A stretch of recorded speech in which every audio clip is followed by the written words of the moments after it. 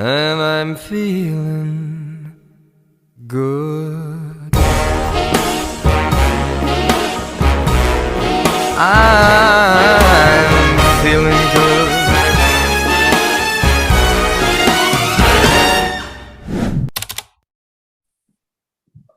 Good evening, everyone, and it's your boy Terrence, and welcome to our podcast series called IpagLAWban 101, when social psychologist talks. The purpose of the podcast is to discuss the theories and research that have been inspired in social psychology, especially in the context of justice and the court. Everything that will be discussed in the podcast will be tackled by people who have studied in the field and can comprehensively explain the realities that happens often at court. To start our discussion, let me first introduce our speakers. Together with me is Miss Alyssa Maera D. AMAHIT, Mr. Cymer Justine D. Baltazar, Miss Katherene Khai T. CAYETANO, Mr. Carl Terrence P. GONZALES, and yours truly, Faith Gwyneth D. ANCIRO. For this episode, we'll be tackling about the case of Mr. Brown against Mr. Wilson. On August 9, 2014, police officer Darren Wilson shot and killed the 18-year-old Michael Brown in Ferguson, Missouri. Peaceful protests over Brown's death soon became heated, and Ferguson erupted into violence and rioting. At the center of the unrest was a question: was Wilson justified in shooting Brown? A grand jury convened in Ferguson in December 2014 did not indict Wilson, so he did not stand trial. The case features several issues addressed in social psychology studies. So as we proceed with our discussion, ang case na to have raised questions in which social psychology can suggest an answer. So to make it more interesting, we'll go with the questions one by one while analyzing how social psychology can be applied in the field of law. For the first set of questions, sinabi dito na eyewitnesses have provided varying accounts of Brown's behavior bago siya mabaril. Let us talk about how influential is eyewitness testimony, gaano ito ka-trustworthy, and what makes a credible witness. So, simulan ko muna by giving the definitions of eyewitness testimony and jury. Eyewitness testimony ay isang term na ginagamit to describe ang isang tao or group of people na involved sa isang pangyayari na nasaksihan nila. Ang jury naman ay minsan tinatawag na jurors, ay isang group of people na may power to render ang isang impartial or biased na verdict which was officially submitted sa kanila mula sa korte. And to answer the first question, meron tayong tinatawag na persuasive eyewitness. Nangyayari to kapag ang isang tao ay exceptionally good sa pagbibigay ng information. Mabilis na nakukumbinsi ang mga jury, lalo na kung magtatapos ang kanyang statement kapag sinabi niyang nakita mismo ng dalawa niyang mata ang buong pangyayari. Madugtungan ko lang, Ms. Cayetano. Medyo related kasi ang next question natin regarding sa accuracy ng eyewitness testimony. Let us say, persuasive talaga ang eyewitness testimony natin. Pero this testimony can trigger debate kasi need natin i-consider na pwedeng maging unreliable, lalo na kung maraming contradictions sa pagitan ng iba't ibang eyewitness testimonies na pwedeng mag-raise ng confusion among the jurors. Kagaya sa nangyari sa case na to, iba't iba ang naging version ng kwento regarding sa behavior ni Brown bago ang nangyaring pamamaril, which means nagkaroon ng inconsistency with their statement na naging reason para maguluhan din ang jury kung ano ba talaga ang nangyari. Other eyewitness testimonies may also be sincere, pero they can misidentify a person. Kaya naman may ibang tao na nagsasayang ng oras sa jail para sa kasong hindi naman nila kasalanan. Maraming researchers na ang nagawa pero hindi pa rin consistent ang results and the witness would still make an error in identifying their suspects. So, bakit nga ba ito nangyayari? Because our minds are not video recorders and errors can be present in our memories. So dito na ngayon papasok si social psychology. Meron tayong tinatawag na misinformation effect. So it insinuates the idea that we could have our memories be created or in a sense, manipulated. According sa pag-aaral ni Loftus noong 1979, police would create questioning that are framed to make the answers of witnesses go into their favor once it becomes admissible in court because it would be rooted in their understanding. Pwede rin itong maging tool para ma-fabricate ang mga false confessions na kung saan 6% of judge would go for a verdict. So in short, walang assurance how trustworthy ang memory ng isang eyewitness. However, meron naman tayong systems and methods para makita kung meron bang misleading information at para ma-reduce ang error which makes the eyewitness credible enough to be the basis of verdict. Tama ka dyan, Mr. Baltazar, no? Meron din tayong tinatawag na retelling, no? Isa siyang system kung saan witnesses would retell the story para ma-verify ng mga jurors kung meron bang misleadings sa mga provided information. Dito natin ngayon masasagot yung last question. What makes a credible witness?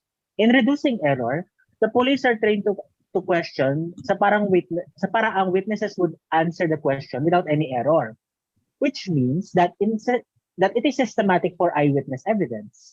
Moreover, kapag ang mga detectives are trained to get an answer, the information is more likely accurate for about 25 to 50% of the time without any false memories. That's a large number not to begin with. Now, let's proceed to 4 more questions. Ms. CAYETANO? Yes, Mr. Gonzales. And for the next part, Darren Wilson, the defendant is white, while Michael Brown, ang ating victim, was black. May impact ba ang race, attractiveness, and social status ng ating victim at defendant sa judgment ng jury? That's an interesting question, no? Kasi race have always played a pivotal part in the biases jurors create. Hindi na natin kasi maaalis yung ganun eh. Sometimes it can be subconscious na. Kaya nga tumataas ang rates of discrimination, lalo na in countries like this, kasi laging nagkakaroon ng divide because of colors. We can conclude that there's a possibility that Wilson, being white, influenced the jury's decision to not indict him in stand trial. So, I think somehow race could have an impact in the jury's decision. When it comes to attractiveness naman, meron kasi tayong tinatawag na physical attractiveness stereotype. So, it is a concept under social psychology na kung saan we stereotype people based on their physical attributes. So, let us say, for example, if the defendant is highly attractive, people would easily assume na mabait siya at wala sa itsura niya na gagawa siya ng masama. So, based on this concept, I guess attractiveness also has an impact on the juror's judgment. When it comes to social status naman, I really believe that it's an obvious answer. We have to face the fact that sometimes justice only works for the rich. Sabi nga nila, di ba? If the penalty can be lifted off by jail, that's not justice for the people.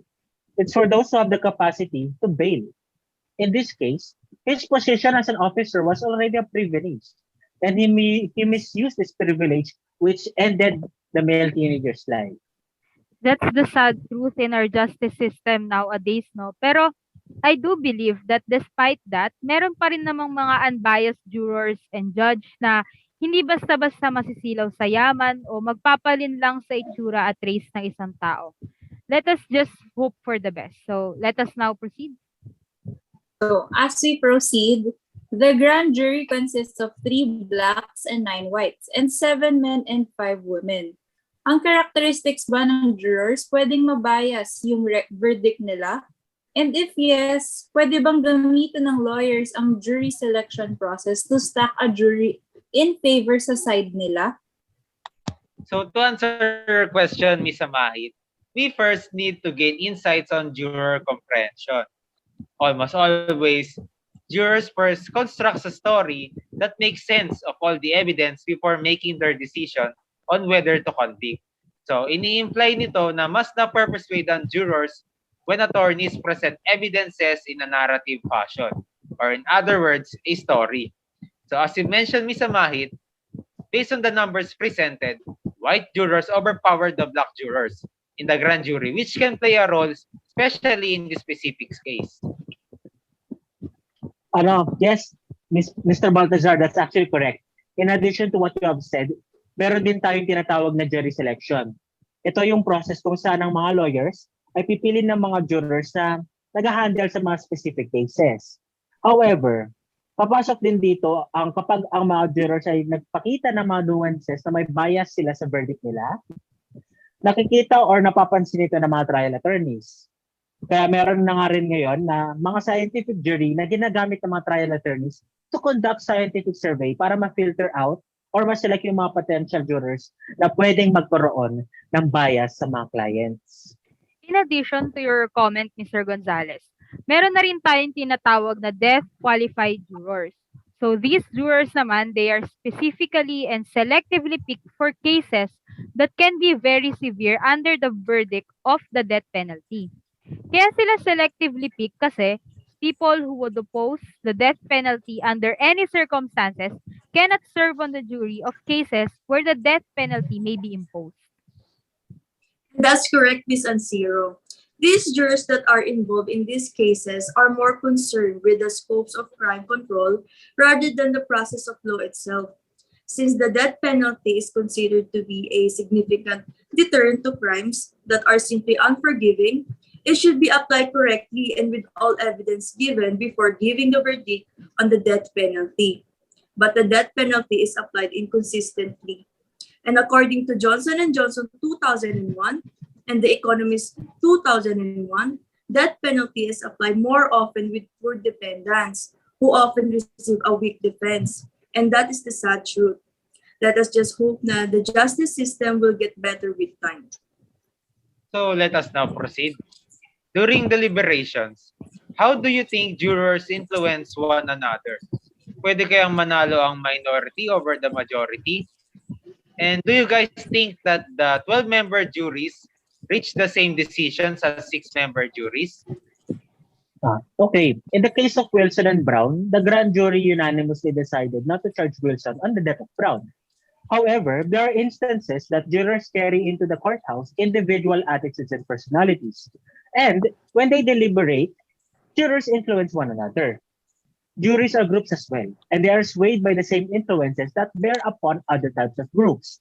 And sometimes, these influences sway the majority and eventually win, which is called minority influence. That is correct, Mr. Gonzales. Based on the research on minority influence, we know that jurors in the minority will be most persuasive when they are consistent, persistent, and self-confident.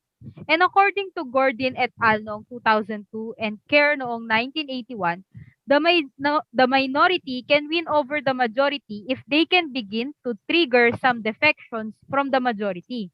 And in relation to this, jury deliberation can shift people's opinions in other ways such as group polarization.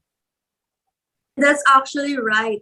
And we confirm that group polarization can play a role when it comes to the jury and their verdict from an ambitious study of 69 12-member mock jury. They were shown a reenactment of an actual murder case, with roles played by an experienced judge and actual attorneys. Before deliberation, 4 out of 5 jurors voted guilty but felt unsure and had a weak verdict of manslaughter. After deliberation, nearly all agreed the accused was guilty, and most now preferred a stronger verdict. Especially when evidence is not highly incriminating, deliberation may make jurors more lenient than they originally were. You got that right, Ms. Cayetano. And to answer your last question, Mr. Baltazar, 12-member juries are better than 6-member juries. 6-member juries have less diversity, are less reliable, and are less accurate. But in 12-member juries, they provide reasonable diversity among jurors, a mix of opinions and orientations, and better recall of information, which appear more likely to reach a correct verdict. But in the case of Mr. Wilson and Mr. Brown, there were some inconsistencies regarding the decision of the jury that raised suspicions in their verdict.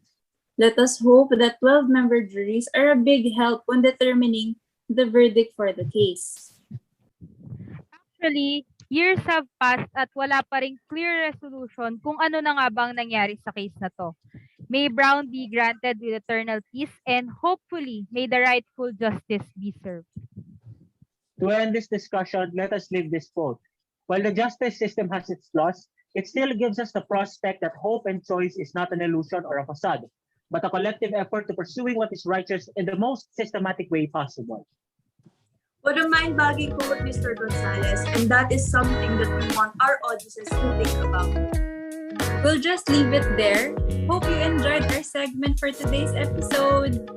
Don't forget to like, subscribe, and hit the notification bell for our upcoming podcast. See you. See you. Bye.